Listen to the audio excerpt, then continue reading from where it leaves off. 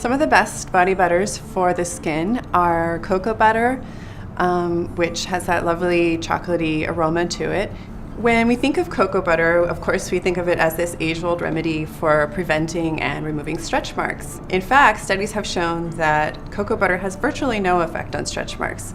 It is very hydrating, so it can ease the discomfort of stretching skin, especially during pregnancy, as the skin tends to get more dry as it is being stretched, but it's ineffective in removing or preventing stretch marks. It has that lovely chocolatey aroma, so it's just nice in general to use as a hydrating body butter. It is a little bit too rich to use on the skin of the face, but if you are using it for the prevention of stretch marks, make sure you add something like a vitamin E to it, which has been shown to prevent and reduce existing stretch marks. One of the best natural solutions for oily skin is actually surprisingly more oil. Natural plant oils like argan, jojoba, and castor seed oil actually help the skin stop overproduction of oil and prevent breakouts. You can use oils when you have oily skin, and it can be the best solution for you. In treating oily skin with oils, you can use them both as a cleanser and a moisturizer for rebalancing.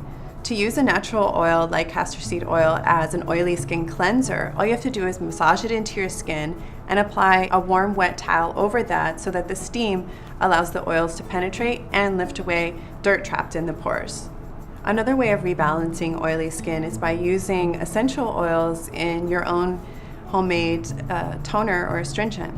Essential oils like tea tree oil and rosemary oil can reduce the amount of oil in the skin without over drying it when they're diluted with water. One of the worst things you can do for oily skin that's done most commonly, probably more commonly than anything else, is use a drying cleanser. Over drying the skin when it's oily is only going to cause more production of oil.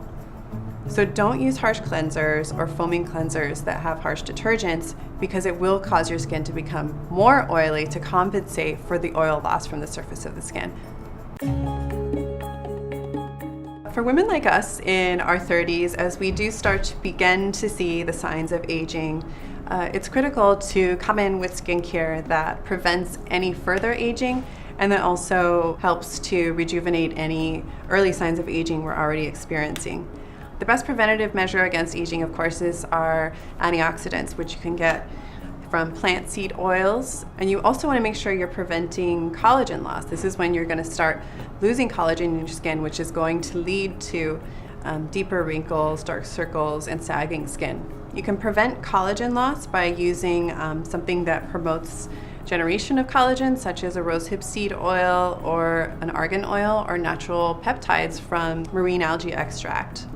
And of course, your best defense at this age against any further aging is always using sunscreen whenever you're in the daylight, not just when it's sunny. And never be exposed to sunlight for more than an hour at a time. Otherwise, you will need to reapply your sunscreen, and you're not going to want to do that over your makeup. There are so many natural and organic remedies for lip problems like chronic dry lips. If you have chronic dry lips, ironically, it might actually be caused by lip balm or lipstick. Lip balms and lipsticks can contain synthetic fragrances, essential oils, and even mineral pigments that can actually dry out the lips.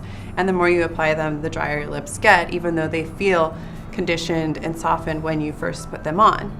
So one of the ways to sort of combat the drying that lip balms and lipsticks can cause is to use a base layer before using a lipstick. So condition your lips with an unscented lip balm that doesn't contain any essential oils before applying your lipstick. And if you still have lips that are peeling, a great way to speed up the exfoliation process is just to mix a teaspoon of sugar and a teaspoon of coconut oil and massage it into your lips just like you would a face scrub. If your lips are starting to get a little bit pursed, they have lines, or they look a little bit deflated, that's definitely from dehydration, and some lip balms do not penetrate the lips enough to rehydrate them or plump them back up. So what you'll want to do in that case is a hydrating lip mask, and that can be as simple as just applying a honey or a coconut oil all over the mouth and lip area, and then applying a hot steam towel over that and letting it sit until the towel goes back down to room temperature or cools. The steam will cause the humectant properties of the honey or the moisturizing properties of the coconut oil to sort of penetrate your skin and plump the area back up. So there's lots of natural ways of dealing with any number of chronic dry lip problems. Shea butter is actually the fat of the nut of the African shea tree. It's really rich in vitamins A and E and fatty acids, so it does make an excellent skin moisturizer. It's almost solid at room temperature but melts right at skin temperature, which means it absorbs really nicely into the skin as a great texture for extra dry skin.